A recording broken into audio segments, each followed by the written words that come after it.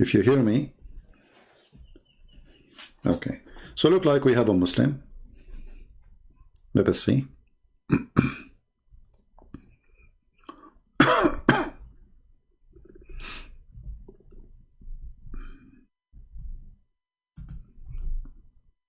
Invite your friends. We have a Muslim who want to join us. I hope he is knowledgeable. And he said he want to speak like with respect, so that's wonderful.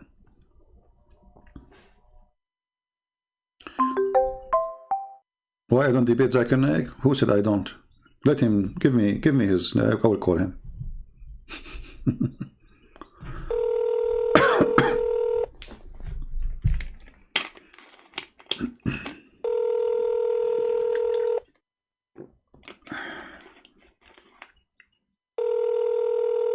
Answer, my friend, answer me. Hello? Hello, man, how are you? I'm fine. Who is talking to us? Just 1 second, bear with me. I'm trying to set up my things around here. All right.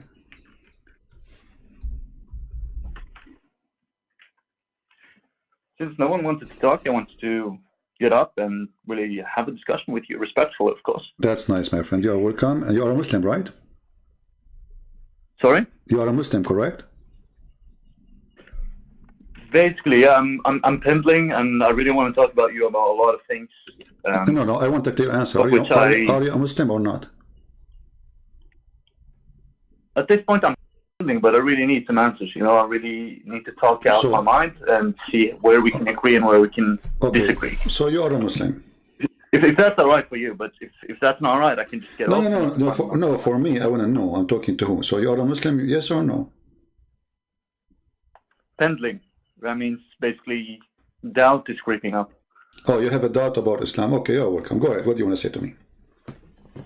Hold on. Let me get up my shit, because this is really interesting for me, because my background is Muslim family and all that, and I really had hard time throughout my childhood trying to describe the things with logic and with truth, with what you can call it, transparency. But there's a lack of all of those things in the religion. So I mean, I'm really trying to find out why it is as it is, you know. All right. Well, I will be happy to help you, my friend. Go ahead. What do you want to say to me? Basically, once you speak about Allah and basically who He is as I wouldn't say a person, but as a creator, you come up with writings from the Hadith and from the Quran, approximately how it is. So what I really want to know is, when you discuss this topic with Muslims, hard believers, and they would be saying like, you have no right to think about him, you have no right to imagine him, because even that is haram. It's not allowed. And so I'm stuck between this barrier, not really having to imagine someone I put my whole life into, believe in, and think that could save me, based on the beliefs on there's being hell and heaven. And so at the same point, not being able to reconcile with my own thoughts, to see or imagine, even imagine, think about this great God that I am supposed to be following. Okay. Well, first of all, who is? Yeah. Go ahead. Yeah, who is this God then? You see, if you go in the Quran, chapter 23, verse number 14, this is a verse supposedly present how Allah He created us as a human. So He said He fashioned the drop of a clot, and then He fashioned it into a dead blood. Here you see right away that this God who claimed to be God, the creator, He don't even know how the baby is created, because, you know, stating that we are sperm who become a dead blood, and then that dead blood became a baby, is stupid. Secondly, in the verse there, depending on the translation, you will see it says, فَتَبَارَكَ اللَّهُ أَحْسَنُ الْخَالِقِينَ. Allah is the best of the creators.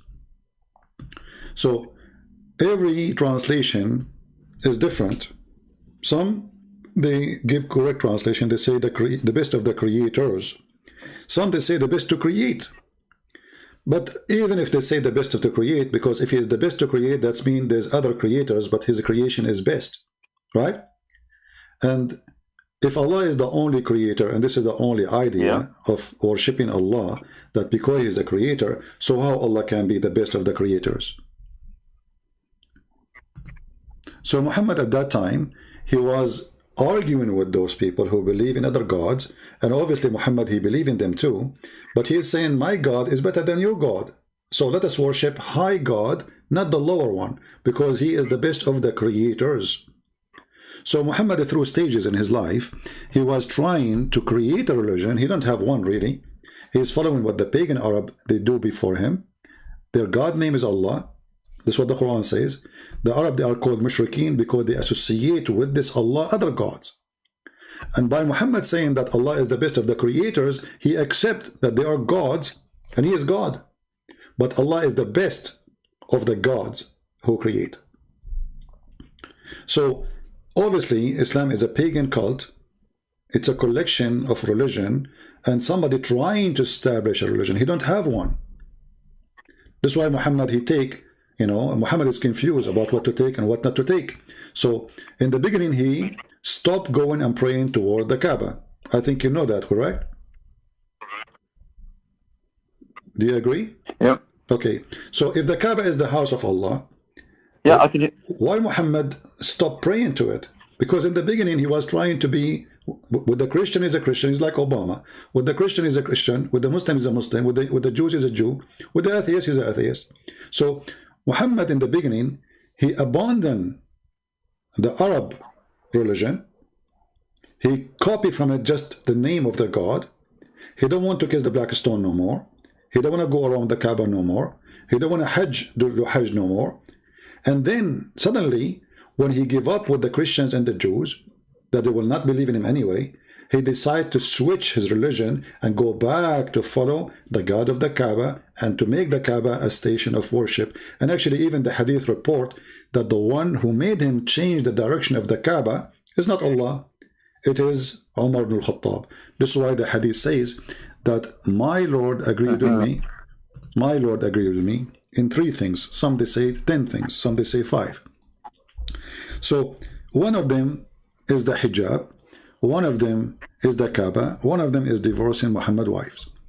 And the hadith says that Allah, he sent the verses as I mentioned, as I said. So the verses revealed by Allah is as I said. So what kind of God he take from a man? He is not a prophet. He take from him verses and he make it Quran. Why Allah he take the opinion of a man to change the direction? Even the Quran says, like if you ask the Muslims, is the Kaaba is a choice of Allah? They say, yeah, this is the house of Allah. Okay, but look, the Quran says Allah will give you a direction which you like, you accept. So it was not a choice of Allah, it was a choice of Muhammad. Chapter 2 verse 144, it says that we see that you are turning your face around. Muhammad did not know which direction he should pray for, so he prayed to Jerusalem because he was living with the Jews. Then Muhammad, he is, so Muhammad now in the stage, he's trying to make an excuse how I can change the direction of the prayer, go back to the Kaaba. So he gave them this verse. So we see that the turning of the face of you, Muhammad, for guidance to the heaven. Now we shall turn thee to the Qibla direction, that shall please thee. So Umar, he said to Muhammad, let us change to the direction of the Kaaba. Muhammad, he liked the idea. Muhammad, he made a verse, says, Allah told me to change the direction, and now we pray to the direction of the Kaaba. As you see.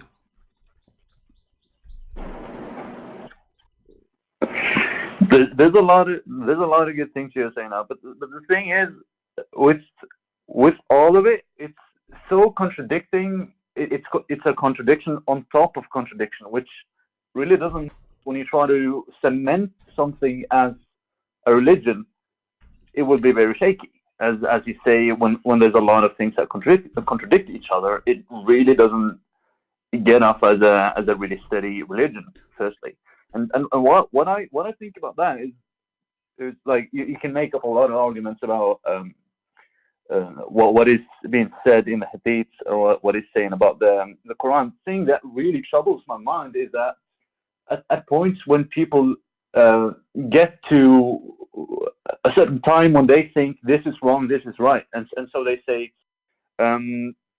well, we condemn this because this is not a part of who we are today, and so I really be thinking about that and think about okay, so you say you condemn this, but the Quran is made for us humans to set a rule for how we can live our lives, so we can actually come to a better place after life, and so you'll be thinking about that, and the first thing that pops up to my mind is, of course, the contradictions. And so the second thing is, this book has been written for someone to live their life back then. And how do we know that, that based on what you said previously, that he rather don't want it to be written because he talks too much, and when he talks too much, it becomes a huge contradiction. You see, it's not when you say what I'm saying? When you say that it was written for people to live at that time. No, even that is not true. Let me tell you why. I will give you an example. If Muhammad, he made an order that God he gave him, and that fit for that time, should Muhammad change the order after 2 weeks or 2 days? He claimed it's coming from God. So if it is fit for that time, then Muhammad should not, and the Muslim should not have seen something called abrogation of the Quran. So as an example, chapter 2 verse 178, "O who you believe in the law of equality is prescribed for you in the case of murder, free for the free, slave for the slave, women for the women." People, they start dying laughing at this law, because what Muhammad said, in the case of murder, if a man, a free man, white man, he killed a white man, the white man would not be killed, we kill his slave. Sorry, if a white man killed a white man, we kill the white man. If a white man killed a slave for the slave, we kill his slave. If a woman, she killed a woman, or if a man killed a woman, we kill his woman. What kind of law this law is? So Muhammad, he implemented such a stupid law. He thought this is what Moses believed. He thought this is the eye for an eye.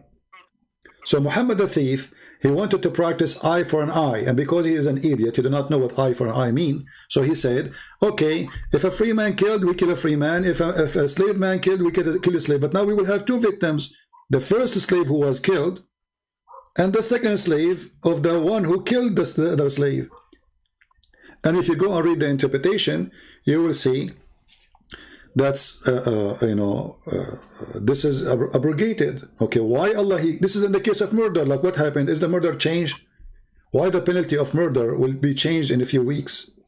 It's a murder. So when Muhammad, he gave this verse claiming that Allah told him, and he saw the reaction of the people about such a stupid verse, he decided to change it and abrogate it. A clear sign that Muhammad is a fraud. If you go in the Quran, in different verses, it says Muhammad, he cannot recite the Quran twice correctly. So Muhammad, he come with the verse saying, if we give you a verse, chapter 2, verse number 106, and the Muslim that in the chat, they are saying, I'm lying, read it in front of you. None of our revelation, chapter 2, verse 106, do we abrogate or cause to be forgotten? Okay, why Allah, he just gave a verse, he wanted to be caused to be forgotten?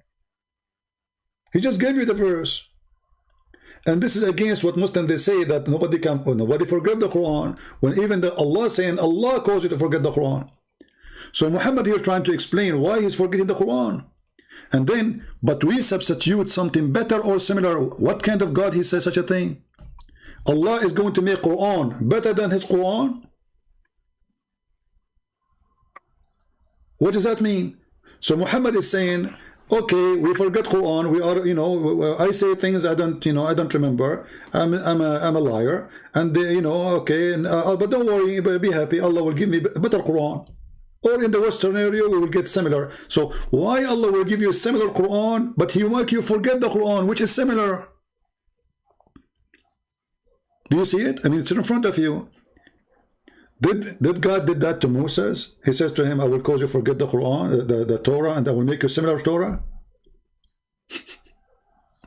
What does that mean? How this can be from God? Obviously it's not. And if you go and read the interpretation of this verse, this is chapter 2, verse 106, you will see the Arab, they were making fun of Muhammad, saying, this is Muhammad. He gave his followers, and he enjoyed them an order in the morning. He changed it second morning. I mean, the guy, he changed the law in the speed of light.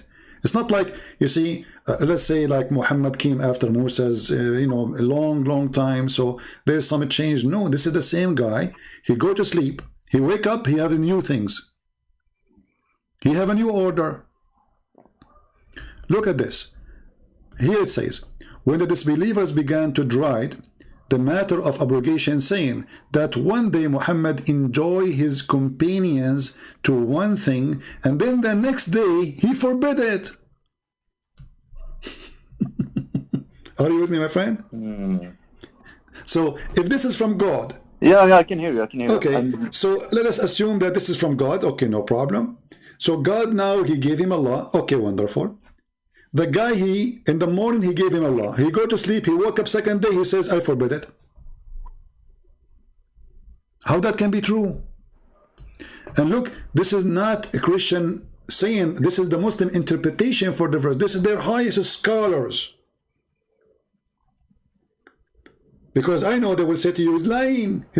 I'm reading for you what is in your Islamic books. And those are your top scholars. So he gave them Allah in the morning. He go to sleep. He wake up. He forbid it. What? Allah make a mistake? Do you know what I think about scholars, the Muslim scholars? Oh, my bad. You go. Who care about the scholars, my friend? All of them, they are donkeys for me. I call them scholars. Those are scholars for Muslims, not for me. No, yeah. But what I'm trying to tell here is basically, the way Muslim scholars are looking at text is so, in that sense, they kind of cherry pick something that they think could fit to what makes sense, and so that I'm in the top. My friend, in Islam, there's nothing is called makes sense. Even the Muslim, they don't say, like, you can go watch Muslim videos, they say the Quran is irrational, you know, it doesn't make sense. So he says you cannot make it make sense, you know. This is how Allah, he wanted, that's it. Even the Quran says that there's a huge part of the Quran nobody knows what Allah meant save Allah. So what sense? And what makes sense in this? Let us say I want to follow Islam, and then you are a prophet, I'm existing in your time, and then you say to me, it is haram to do this. Second day you say it's allowed to do this, and the day after you say it is haram. It's a, you know, even the mut'a, Muhammad, he forbid it, he allowed, then he forbid it, then he allowed, then he forbid it. What's wrong with you? So the Arab, they notice that this is going to be from God. Like, why God want to give you even a Quran and he will make you forget the Quran? And what is the purpose? To give you similar Quran. It's like saying to you, I'm going to burn your house, and then I will burn you the same one. I will build you with the same one. So why you burn it? You know?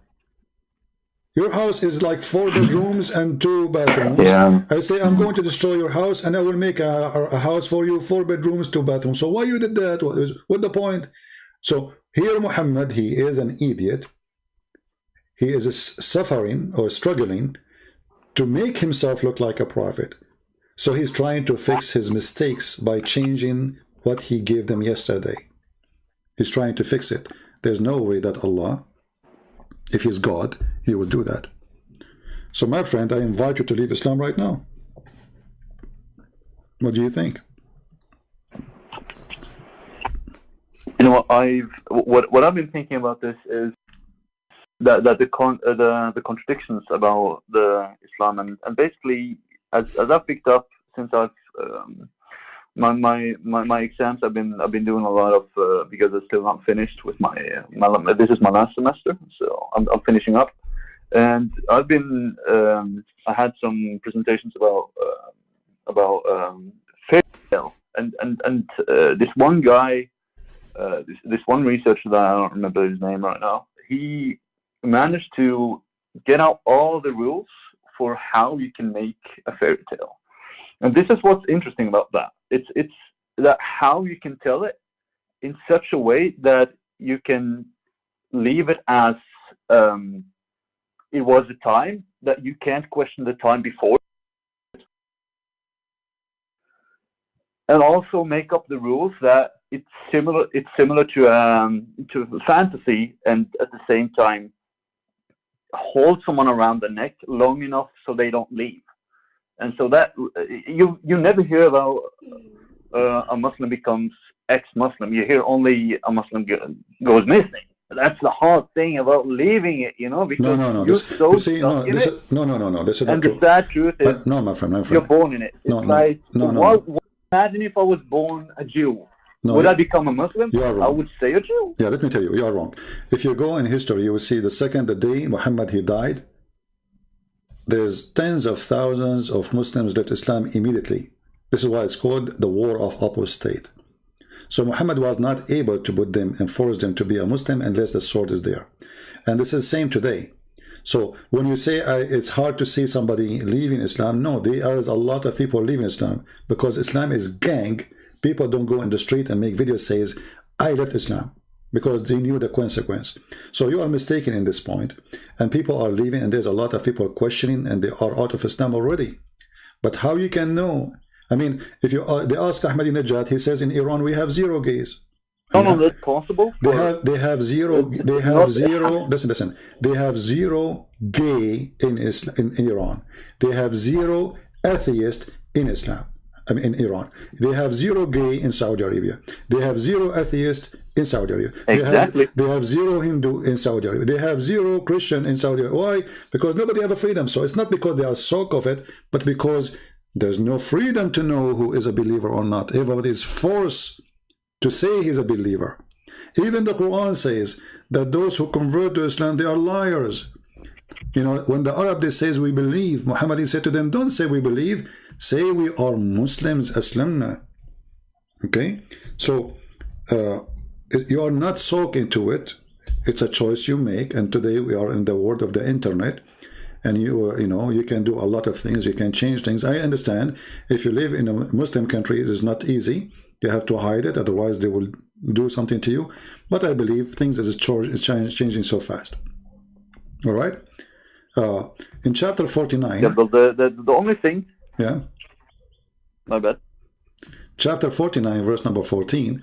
When the Arab they say we surrender to Islam, Muhammad said to them, Allah said to them, don't say we are believers. Say we surrender to Allah. We are Muslims. So don't say we believers. Say we are Muslims. Imagine. Don't say we believe. Say we are Muslims. I mean, even their book saying that they don't believe, but they are Muslims. Allah telling them to call themselves Muslims, but not to call themselves believers. And here you see that this religion of hypocrisy, what Muhammad want is people to surrender by the sword, who don't care about you believe or not. Surrender, join my army, attack with me, I will give you bounty. Kill with me, not kill for me, not killing me. That's what he want. So he was establishing a gang, and the gang have a title. It's called Allah and the Prophet. Whoever fight under that gang, he get a booty, he got money, he got shares. That is Islam, and this is why Islam grow, because those who don't have a job, those who have suffering, let us attack other nations. The Roman are rich. That's why Muhammad said to them, attack the Roman and get the blondie girls. He was tempting them by the women and by the money. So my friend, again, I don't want to repeat my question, because either you are convinced or you are not. Why you don't say I'm out of Islam?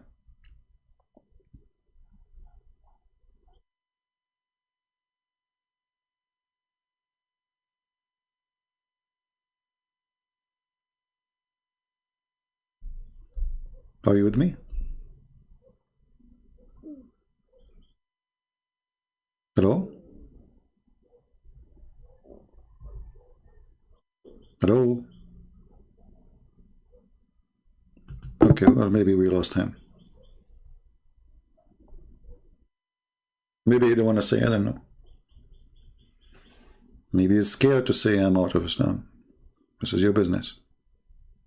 I don't want to force you to say it in public.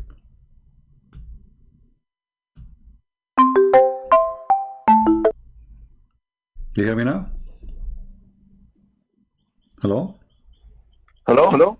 Yes, okay, I lost you for some reason. So, Yeah, so my friend, why you don't say I am out of Islam? I mean, after all of this, do you still really want to say I'm a Muslim?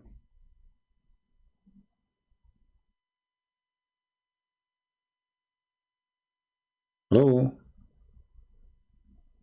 We lost you again. The last 30 seconds, I can hear you. Okay, so what is your decision, my friend, about Islam? What do you think?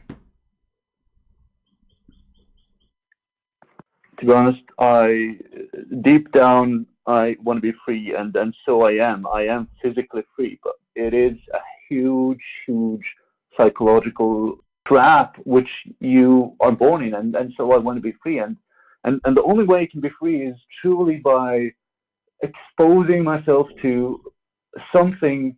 It's in that point I would disagree on heavily, and I will look into it, and something I agree with, so it conflicts each other, and so I can progress. It's just how it is. Like, humans have, psychologically speaking, humans have high incentive to not be willing to lose something instead of gaining something, because psychologically speaking, if you lose something, it's game over. It's death.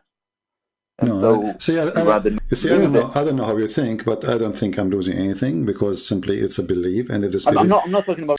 Yeah, if the belief is stupid, I'm not losing a stupid. About my freedom. I know. No, you are not. My freedom. You are not losing your freedom if you leave Islam. You are gaining your freedom, because Islam makes you, even to go to the bathroom, there's rules. Even to the way you eat, there's rules. Exactly. So when you leave Islam, you are gaining freedom. Exactly. You are not losing freedom. Islam control you. Islam is a controlling cult. And Muhammad, he created tons of controlling rules, so you will not be busy thinking. It's what I'd say too. It's what I'd say too. Yeah. So again, I'm going to ask you, why you don't say I'm out of Islam? I'm not going to repeat this question again.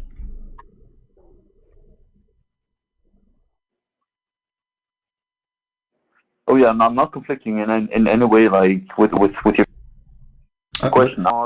I'm asking you now, why you don't say, why you don't want to leave, my friend? You want to leave or not? You want to leave Islam or not? And my philosophy, Abdul. Huh? Sorry, let me get to this one thing. My philosophy. My friend, don't tell me about your philosophy. My friend, your philosophy is your philosophy. The religion. I'm here to help you to get understanding of what is right, what is wrong. So, based on what we said, not in philosophy or my philosophy, based on what we said and the proof we provide, is Islam is from God or it's false? I want an answer from you.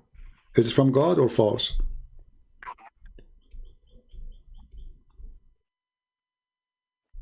From what you've been providing, I wouldn't really necessarily go out and say, "Hey, God is real."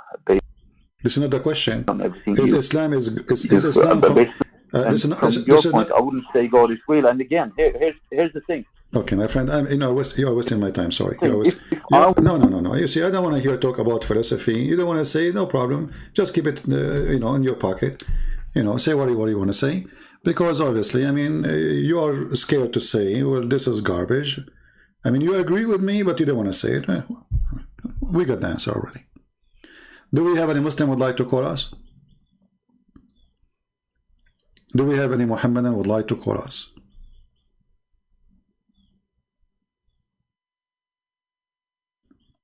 I don't like too much liquidation in the answers. Either yes or no. So you agree Muhammad obviously is a liar. You agree the Quran is full of contradiction. You agree it doesn't make sense. But still you don't want to say, I'm out of Islam. Yeah. Already you did.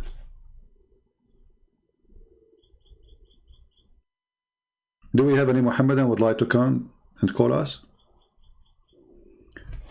We have a Muslim question here. I'm going to answer it.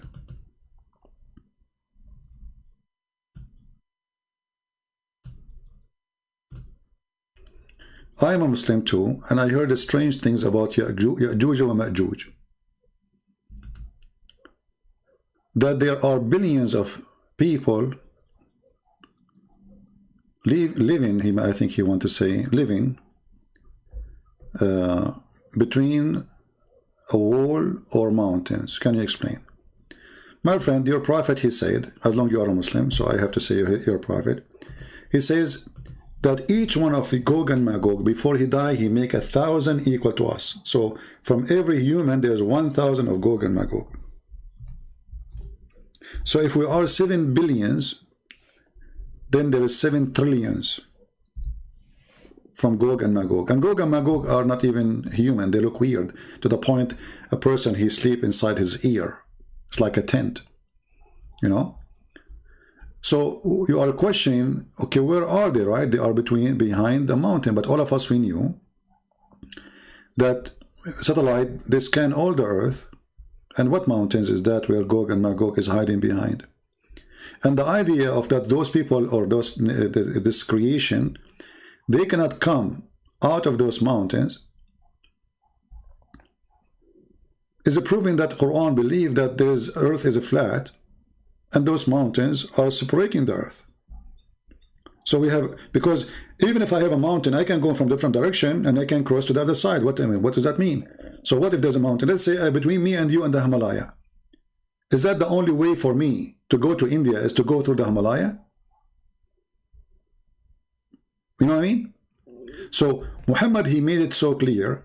In the same time, again, he copied a fiction story. He made a story about it. Even in his time, he says that Allah, he said, look at this false prophecy. This is Sahih Bukhari. Muhammad, he wake up and he says, are we to the Arab? Okay, what happened to the Arab? What happened? He says, today a hole has been opened in the dam of Gog and Magog like this. He's scared, he's terrified. Arab, get ready, they are coming to you. And the prophet, he made a circle with his index. So a circle like this, is it scaring the hell of you?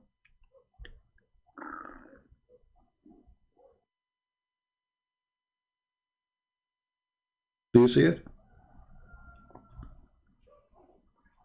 So Muhammad, he made a prophecy that the Gog and Magog, they are coming in his time.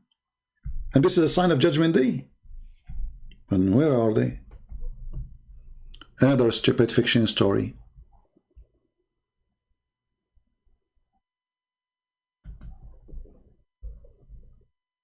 Do we have any Muslim want to say anything about this story? Anyone? All those stories are very funny and very stupid. And those people, they will fight with their arrows. And those people, they will attack everybody. They will control the earth. I mean, what he's talking about? Where are they? Look how many hadith. All of this. Just you search Gog and Magog in the website of the Muslims, you will find endless number of stories about Gog and Magog.